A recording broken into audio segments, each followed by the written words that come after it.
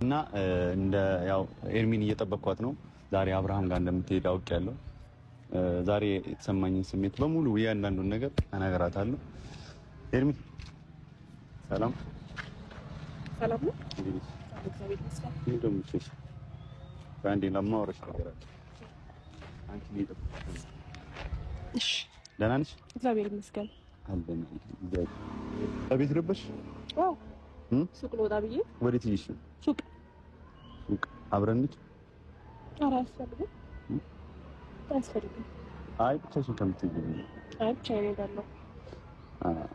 አይ አንቺን ለማግኘት ኤርሚ አንድ ነገር ላወራሽ ነበር። በጣም እየፈለኩ ነበር። መቼ? አሁን?